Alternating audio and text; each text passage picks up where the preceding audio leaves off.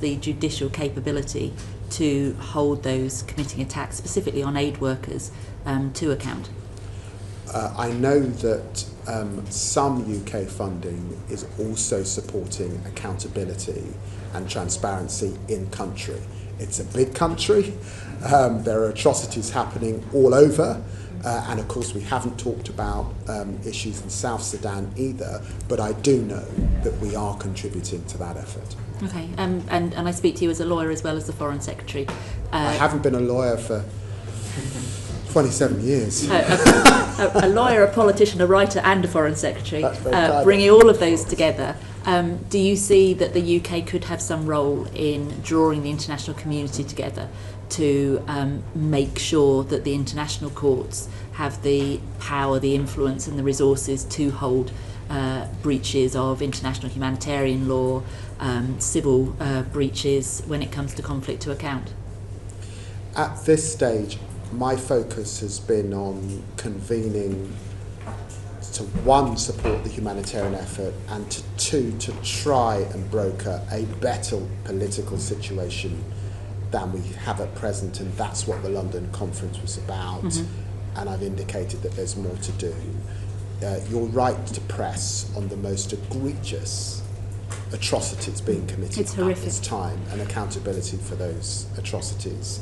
And you're right absolutely to press on the lack of resources that you would expect that Sudan haven't got. I will take that away and I will look at that more closely. And of course there are partners in Europe, the Netherlands, the Norwegians, that have traditionally been very present in that area that we may be able to work more with. Thank you, I appreciate that. Can I pass over to Tracy? Hi, Foreign Secretary. Moving on to Gaza, with another 20 civilians killed today, how are you working with international partners to improve aid access in Gaza and to end the violence at the distribution centres? Is this a good point to refer you? I hesitate because I'm not sure the chairs, but it's just that this is a moving situation. It's abominable, frankly, let's be clear. And so I thought, let's look at the up-to-date picture. Treading into that territory, so tread lightly. Well, I tread lightly, but you'll see in slide 1 that and this is pertinent to the committee's work, that Palestinian civilians have been pushed into less than 15% currently of the territory in the Gaza Strip, and that's the white areas on the map which demonstrate that. At this point in time, almost 2.1 million people have been displaced, now multiple times, and that effectively the new aid system has 4 distribution points, when we think there should be 400 distribution points, and that horrendously and unbelievably we have children queuing for food at those distribution points and being killed. It's hard to describe that as anything other than unconscionable. At the same time, we have trucks waiting at borders. There were some food programme trucks able to get in a few days ago, and I know that Kaja Kallas and the European Union have brokered a deal for more trucks to go in, but the advice I received as of yesterday was that no extra trucks have gone in. Now, what we have been able to do is get our medical aid in, and you know we've given a lot to UK Med particularly, to support people on the ground. But the situation is dire. It continues to be dire. That's why we continue to press for a ceasefire, and we continue to press for unfettered aid to get in. Can I ask you, how certain are you that no UK bombs and bullets are injuring aid workers and civilians while they're queuing for aid? I'm very certain. And I'm very certain because I took the decision to suspend arms sales to Gaza back in September. That is a decision that is reviewed by me every 2 months. The instruction then goes to the Business and Trade Secretary, and we are not sending arms to Israel. Foreign Secretary, can I ask, what's your response to the Israeli Defence Minister's recent proposal for a humanitarian city? Well, I condemn them. And the language that is used around them. And I note that Yair Lapid, former leader Olmert, also condemned them in the strongest of terms. It's my understanding that Prime Minister Netanyahu also disassociated himself from them on returning from Washington a few days ago. But no defence minister should be talking about effectively holding people unable to leave, presumably, in the manner in which he described. And I condemn them in the strongest terms. Gaza is a slightly bigger version of what he's proposing. Gaza is a slightly bigger version of what he's proposing. People can't. Well, that's why I thought that this map would be helpful, because if you are effectively holding people in 15% of the territory, exactly, they've been displaced many times. Sewage, sanitation, medical situation, starvation and malnutrition is rampant, then I think that that's unconscionable. And I think that the global community are looking at Israel and they are saying to the government, how could you possibly allow this to happen? And I support members of our own public who are calling this out, and we continue to call this out. That's why the Prime Minister led a leader's statement. I led a Foreign Secretary statement a few weeks ago. We had 27 countries that supported it to get the aid back in. All of us were hoping for a ceasefire at this point, and I think we're hugely disappointed that we had not achieved it. Aid remains an issue. The duration of the ceasefire remains an issue. And relocation of Israeli forces during the ceasefire is also an issue between the Israeli government and Hamas at this time that has not led us to a place where we've got that ceasefire. Foreign Secretary, as you said, you've been a politician for 26 years. You're politically one of the most powerful people in this country. I think your reputation internationally is strong, so you're internationally you're a very powerful person. And I just wonder, so I sit here chairing this committee, hearing the evidence firsthand. The committee's been as close as we can get to take firsthand testimony, and I feel utterly useless when it comes to this. And I just wonder, how do you feel? And is there anything else that you wish that you could do that's within your power that you're not doing right now? And how do we get to a point where this slaughter stops? I think that I've been in power or in the government a year. There hasn't been a day in which I haven't in some shape or form reformed to this most horrendous of conflicts. And of course I wish, as the country's chief diplomat, that we had a ceasefire that I have been calling for well over a year. All I can stand by is my record and the Prime Minister's record on this most horrendous of conflicts. When we came into office, there was no funding going to UNRWA. We restored that funding. When we came into office, there was no suspension of arms. When we came into office, sadly it still continues to this day, beyond Gaza there was horrendous settler violence. We have sanctioned those. There have been horrendous statements in relation to that by Ministers Smodrick and Ben Conveer. We have sanctioned them. We have increased aid to the occupied territories at this time, and I have visited on numerous occasions. We've signed a memorandum of understanding with the Palestinian Authority.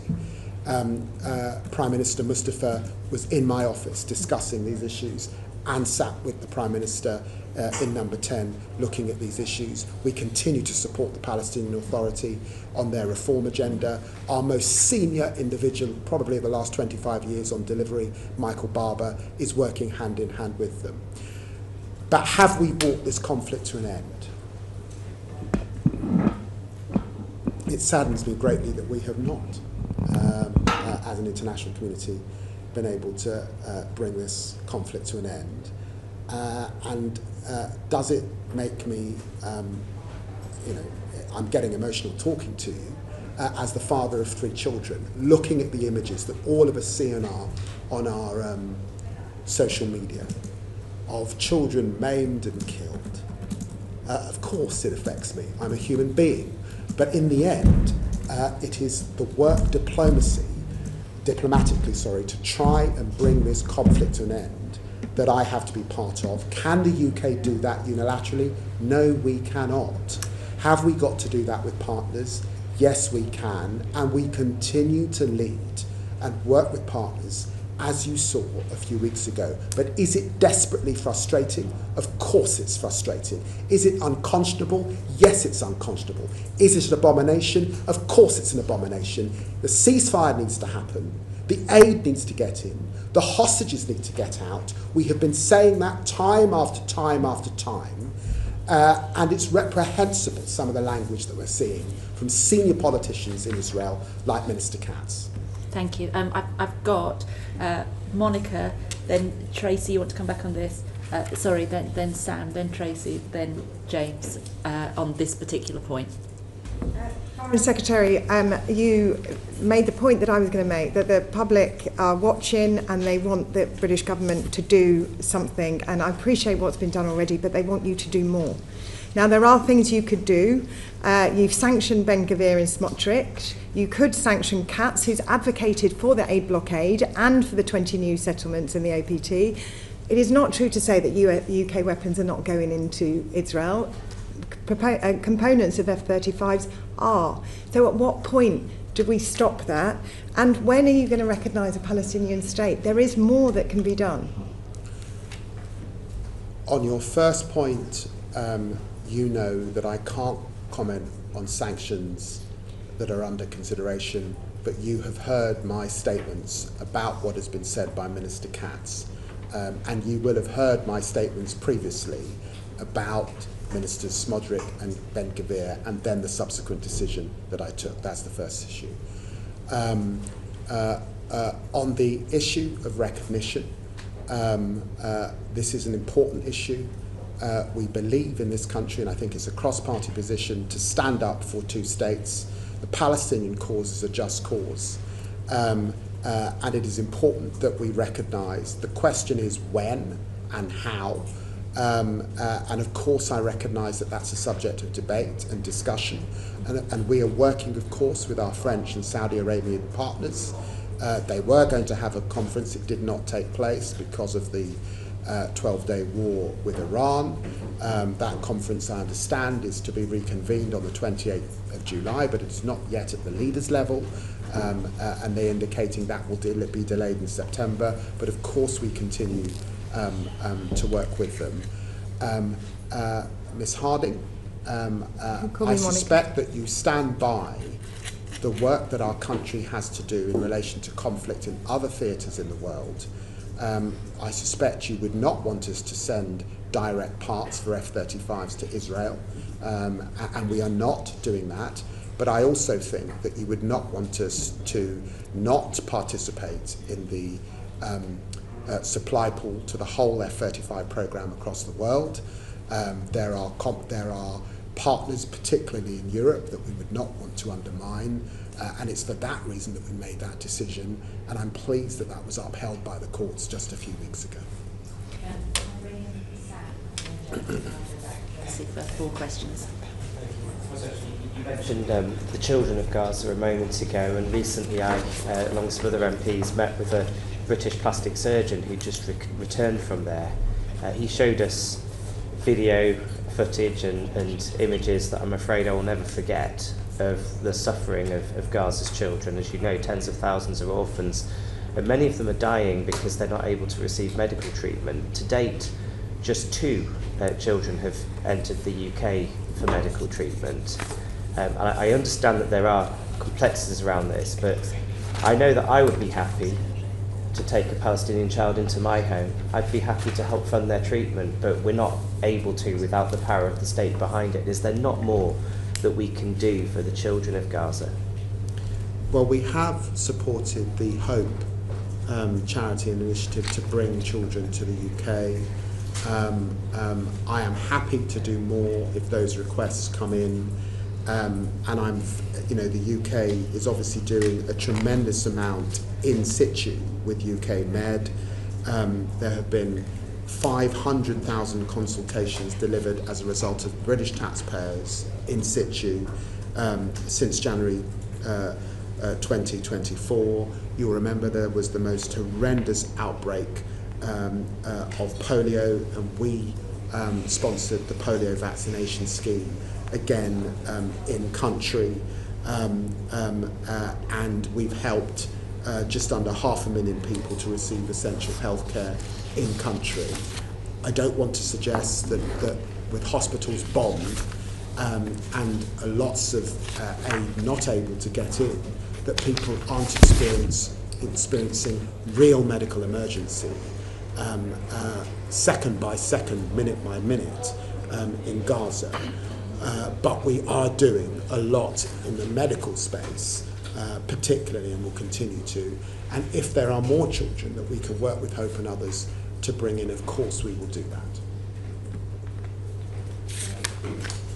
Thank you, Foreign Secretary. Just reflecting on some of the things that you were saying, I don't think any of us would doubt your passion to try and resolve these issues. We went up to Scotland just the day actually that foreign aid changes were announced, and we met a Palestinian aid worker up there employed by Oxfam. And she told us that when it came to FCDO diplomacy, lots of warm words, lots of hard-working people, but she felt like the FCDO has lost its confidence and lost its clout in light of Afghanistan and I guess the legacy of Iraq and Brexit. Is that a view that you would recognise? Well, I think that in the last year I've been on the business of reform. We've got a workforce programme to 2030 to give us the best capabilities. I've listed the things that we tried to deliver in relation to Israel-Gaza. We've had a successful EU summit. Tomorrow we have further good news with our partnership with Germany. Last week we had good news with our partnership with France. Our partnership with Ireland has been renewed. By the way, we want to do more with Ireland on the development. They're a great development nation and we can partner with them in areas to support work together. We've launched the Africa approach. So yes, after the botched merger between DFID and the old Foreign Office, after Brexit, after Afghanistan, it's a matter of record that morale was low within the Foreign Office. But it's my job to get the Foreign Office and development back to a good place. I think we've had a good year where if you look back on where we were, we've delivered a lot. And I said, judge me by the deals and the partnerships that we could strike with other nations. And I think that's what I've set about doing. I was disappointed that when I think it was 300 civil servants wrote to you about their concerns that not enough was being done in Gaza and the West Bank by FCDO, that rather than seeing them as whistleblowers, they were seen as disloyal. Why did that happen? Well, the first thing is, it goes back to the question that was raised by Ms Harding. When pushed on what more could the UK do, the truth is we've done a lot No that we one's stand by. disputing That's that. the first thing. And my record in office on this file is considerable.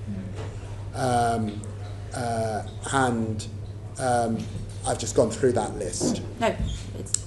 The second thing is to say that, and the reply was appropriately not by me, because the custodianship of the staff is ultimately a matter for the Perm Sec. And it may be that our second Perm Sec wants to come in on this point. But Ollie Robbins was clear that of course staff must express opinion and must make their views known. But in the end, when you become a civil servant, your job is to be neutral. That is your job. And just as if I'm not happy about collective responsibility, my option is to resign, then that is also civil servants will also be able to make that. So it cannot be about campaigning letters if you are a member of Her Majesty's government. That is not the principal job of our civil servants. It's to give us honest advice, and it's then for politicians to assess and make decisions on the basis of that advice. I stand by the advice I've made on this file. There's been little challenge to that, frankly, because I think the committee recognises the part that the UK is playing. We haven't brought the conflict to an end. Writing a letter, a campaigning letter, is not usually the disposition of civil servants. Of course they're frustrated. Many of our constituents are frustrated, and you write to your MP. But I stand by the decision that was made by the Perm Sec and the reply that he gave, which I thought was a very thorough and a very good one. Is it on this point? Back to Tracy. Thank you. Foreign Secretary, just want to press you a little bit further. We hear a lot from aid workers and from civilians and groups from Gaza and occupied territories and across Israeli and Palestinian groups and NGOs about the recognition of Palestinian state and the lack of leadership from the UK and how that void could be filled by pushing ahead with the recognition. And I heard what you said to Monica. Can you tell us a bit more detail about when will be the right time, because we're all very concerned, as you are, as our constituents are, about there being no Gaza left by the time we come to recognise the Palestinian state. We see that from the map and the evidence that you're giving us. So when will those conditions be right? What the Labour Party said in our manifesto was that we do believe that recognition is important, and we would like to recognise as part of a process. That is the... Makes it sound conditional, Sorry? That makes it sound conditional. Well, it's the manifesto that you ran on at the last election. Yeah. It was, so we'd shifted at one point to, it was part of a peace process, but... Well, and that's been dropped, I believe. So I think what my colleagues trying to find out is what are the conditions. Let me finish the point. That was the manifesto that all Labour politicians ran on just a year ago. So the debate is this: do you just recognise per se, because you say that the time to recognise has come and the symbolic act of recognising is where we're at, and I suspect, Ms Gilbert, that that's where you are at from what you have said, and I suspect that that's where Ms Harding is at and where the chair is at, that you recognise symbolically, and you accept that even though there are countries in the last year that did that, it has not changed the situation on the ground, or do you recognise as part of a process? The French have been talking about a process, or trying to get some kind of process, and actually, if we get a ceasefire, you are into a process. But we haven't got a process at the moment. So that is the debate that's going on. And you will appreciate that when we're talking about the UK, we're talking about a permanent member of the UN Security Council. That's why we are in close dialogue with our partners in France. And of course we would like to have a process, because we would like actually to change the situation on the ground and tip it further towards two states. But I recognise that there are some who believe beyond the process the time has come. But I do say to you that recognition per se is not two states, and I actually want to see two states. For me, it's not a symbolic thing, it's about getting to two states and living by the 1967 and the Oslo Accords and achieving that. So that is the debate. It's a legitimate debate, and there are people on either side of that. Just for the record, it's not for me about symbolism, it's about hope for the Palestinian people and what they have told us when I was on a visit to Israel and Palestine, and it's about leadership from the UK. So for me, it's not about symbolism. I absolutely accept the point that you make, and for decades prior to being in this place, I've also campaigned for a two-state solution. But I think there is more that the UK could do, and I hear your point about diplomacy and what that looks like, but if we cannot get to a point where the Israeli government are willing to have that discussion and have that ceasefire, then how do we push that process forward from a UK perspective? Well, let me be clear, no country has a veto on our decision. It's our decision as to when to recognise and how to recognise. But I'm simply making the point that the act of recognition does not get the two states. It is a symbolic act. Of course, I recognise that it gives Palestinian people hope amidst the terrible, terrible hardship that they're experiencing, both in the West Bank and in terms of Gaza. But I'm sharing with you the diplomatic discussion that rightly we have with partners like France, but also countries like Saudi Arabia and the Jordanians and others, and the Palestinian Authority, in relation to when and how, principally because we have wanted to effect change on the ground and tip the balance towards two states. And of course, don't forget that this conference, it was a Saudi-French initiative. It's not at this stage a leaders' conference. That moment has not happened, because they too are calculating when best to tip this towards actually getting two states. You say it's symbolic as though that's a negative thing, Foreign Secretary. I would say the UK recognising Palestine as a state would have a big implication internationally for other countries' determination of how they define, see, recognise and put legal weight around Palestine. Could I ask you on a separate point though, just to be minded that we're scrutinising you as a committee, not as individual MPs, and definitely not on our political backgrounds. So we also have collective responsibility as a committee, so singling out politicians for their manifestos is not that helpful in our duty, if that's okay, Foreign Secretary. I recognise that you're saying on the committee, but I also recognise you're a group of politicians. I've been in this House for 25 years.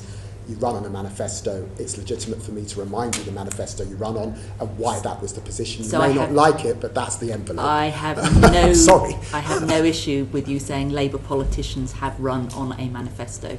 It's when you are singling out and making comments about individual members that, as chair, I have an issue with that. If you could be respectful that we have collective responsibility. Committee chair, I've served on committees. I am being respectful. I am simply referring to committee members by their name. Your names are all around you. I'm being polite. That's great. I'm sorry you don't like it, but that's I have no issue whatsoever with you using our names, but on our names it doesn't say our political parties. So if you could direct to the committee, that would be great, or an answer to their question, that would be great. Thank you. Well, you've made the point, and I've made my reply. Thank you. Thank you. James, over to you. Thank you, Chair. The committee recently published its report on international humanitarian law, protection, not permission. I wondered, does the Foreign Secretary have found time, appreciate very busy, found time to look at that report at all? I haven't found time to look at that report. So what the report notes is that when it comes to international humanitarian law, there appears to be a trend where there is levels of trade-off. So you will have one country or one party that is seen to justify breaking international humanitarian law themselves because there has potentially been the previous party has broken that international humanitarian law as well. In other words, it's becoming a bit of a race to the bottom. I just wondered whether the Foreign Secretary recognised that description and wondered what exactly the UK is doing to make sure that international humanitarian law is held to the highest of standards. Well, there is a race to the bottom. When aid workers are being killed in the numbers that we're seeing, there's a race to the bottom. When children are being killed holding out their hand for food, there's a race to the bottom. I took the sober decision on the basis of our export licensing regime that I did believe that there was a clear risk that international humanitarian law was being broken in the context of the conflict in Israel-Gaza. And of course it's the case, we haven't talked so far about the conflict in Ukraine, but of course it's the case that big countries decide that they're entitled to march into smaller countries, that is a gross breach of international humanitarian law, and that it's also the case that it sends a signal to other countries that they might do that. So, for example, Venezuela decide that they should march into Guyana and take over the Essequibo. So I recognise and totally would agree with the sentiments of the committee in relation to international humanitarian law.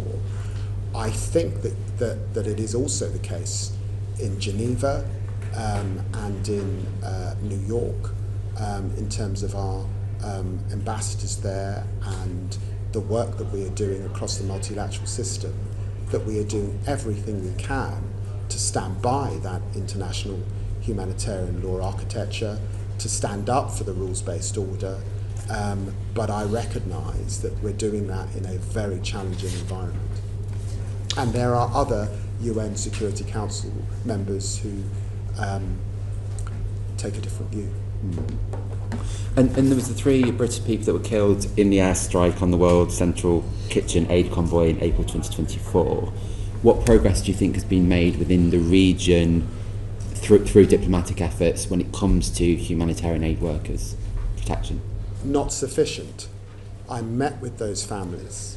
I have called on the Israelis to properly investigate. I've called on the Advocate General to do the job that I think he should now do in relation to that terrible, terrible act that killed 3 British nationals. Further aid workers have been killed since then, and some of them within the last few weeks. So the situation is horrendous. And progress? Do you feel like we are making progress diplomatically at all? Well, clearly, if more aid workers have died, we are not making the progress collectively as an international community that I would like us to be making in relation to those gross breaches. Okay. And on the International Court of Justice's advisory opinion, so that was July 2024, so 12 months now, I think a lot of people are wondering why the government has taken so long to respond to that advisory opinion. Would you be able to elaborate on that further 12 months on? It's an 83 page opinion, so it's right that the lawyers that you would expect within government assist and do the work that you would expect them to do.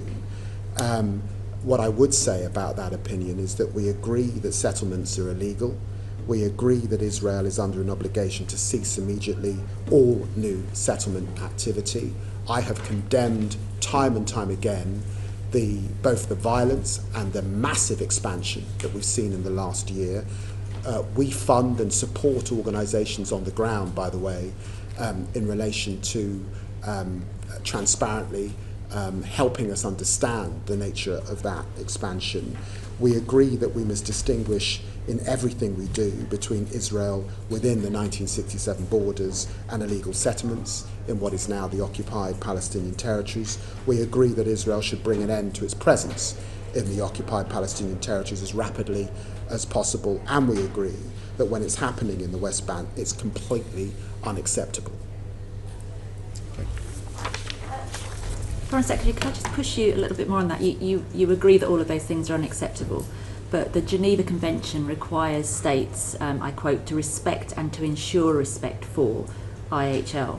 However, contrary to the views of the ICRC, the government argues that this does not require the UK to ensure respect for IHL by other states, which would seem to go against what the Geneva Convention is saying. So I wonder, do you know, or could you write to us about why what the legal basis is for this position? I can certainly take advice and write to you. That would be very helpful. And sort of following on from that, where there's a serious risk of genocide, the UK is required to employ all means and do all in its power to prevent it as far as possible. So do you think that the government is doing everything within its power to prevent genocide in Gaza? Genocide is the most egregious of war crimes. And so, of course, I believe we are doing all in our power to prevent any act of genocide anywhere in the world. Absolutely. Thank you. Monica, and then Alice. Foreign Secretary, you talked about core funding going to organisations on the ground that are trying to help with the upholding of international humanitarian law. So the UK gives money to the International Humanitarian Fact-Finding Commission, which Poland asked to look at the attacks on the World Central Kitchen, but Britain didn't. And I'm just interested in why we didn't, because Poland did so in a way in which to restore an attitude of respect to IHL. So that's a very specific question. On a broader question, our commitment to the principles of IHL and the humanitarian principles, particularly in the distribution of aid, humanity, impartiality, neutrality and independence, are obviously not being upheld with GHF. Now, for us to claim a commitment to these principles, or for the government to claim a commitment to these principles, there have to be consequential action if those are violated. So my question to you is, what consequential action can we take for these violations of humanitarian law in whichever country, Sudan or Israel? And can I just finish? Sorry, just one last point. And this comes back to your point about recognition of a Palestinian state. And you talked about other countries and nothing happened. Britain is not other countries. We have a really, really key role, as you know, and as you have been proud of and said in the past. We have a key role on the world stage in our upholding of international humanitarian law and our commitment to democracy and democratic principles. Surely we can do more. What more would you like? I've already laid out what we could do in Israel. That's only some of this. But my question is to you, Foreign Secretary. What do you think we should do? Well, otherwise, as you said, it's a race to the bottom. I do think the Foreign Secretary has answered that. But if you want to come back with more, Foreign Secretary. Well, that's the point. I listed all the things that we have done. I think the implication of your question is that it's not sufficient. I think the implication of your question is you'd like us to recognise. I think we had a lengthy debate about recognition. And there are clearly views around the table, and you've expressed yours. Ms. Gilbert has expressed hers. I've explained the balance that we are weighing. I've sensed some frustration from some members, including the committee chair, in relation to that. But I'm not sure, that's why I put it back to you, what more, other than that, would you like us to do? Because I am certainly satisfied that we've met our obligations under international humanitarian law. I'm not satisfied, and I have said that in the strongest terms, with the behaviour of the Israeli government in relation to aid, in relation to the treatment of prisoners, and in relation to expansion and violence on the West Bank particularly. I have also conveyed that and taken action in relation to that.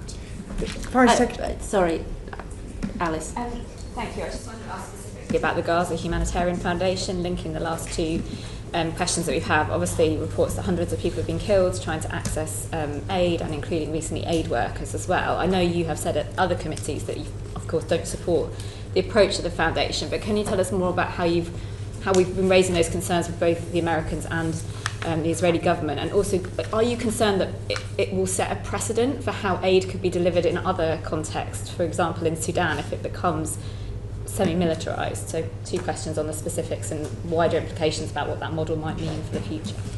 Well, in a way, this goes to slide 2 that is in front of you. And what that infographic shows is that there are 443,000 pallets of aid at the borders. Shelter, medicine, water, sanitation items. Over 136,000 pallets are still in Egypt. More than 130,000 pallets in Jordan. In excess of 120,000 pallets in Ashdod, and a further 505,000 pallets in the West Bank. Nearly 3,000 trucks waiting for dispatch. We are in disagreement with the Israeli governments about why those trucks are still waiting at borders. And we believe that those trucks should have gone in, and we believe in the last ceasefire we saw the sorts of volumes that are required in relation to aid and distribution. We disagree with the new system, which is why we continue to support the UN system, and why I spoke to Tom Fletcher once again to give him my support this week. We have got medical aid getting in as the UK, but the issue around malnourishment and starvation is reprehensible, as I have said, and we are in disagreement. And I raised this issue with the Israeli Foreign Minister again just a few days ago. And are you worried it might set a precedent for the future? Well, it mustn't set a precedent. Yeah. It must not set a precedent. This is out with of global norms and rules that we all signed up to after the Second World War. And that's why this is so egregious and so unconscionable. It is a staggering situation that we're in, Foreign Secretary. Are you in negotiations with the Trade Secretary of State about potential further trade sanctions that we could do? Because I don't know what is going to stop these Israeli actions, and is trade sanctions on the table? Well, I said that we said in the statement that we co-authored, the leader's statement and the statement around aid with foreign ministers, that we would continue to look at further actions. And so, yes, I continue to look at further actions in this area to do everything we can to press towards better aid distribution, less violence and no expansion in the West Bank, and I will do all that I can continue to do. I had hoped, I have to say, that by now we would have a ceasefire. And we haven't got a ceasefire. I agree. And I am very conscious that parliamentarians are going into recess in lots of Western democracies. So this is a time for acute vigilance as to what is happening. Hear, hear. James, you done? David Taylor. Thank you very much, Chair.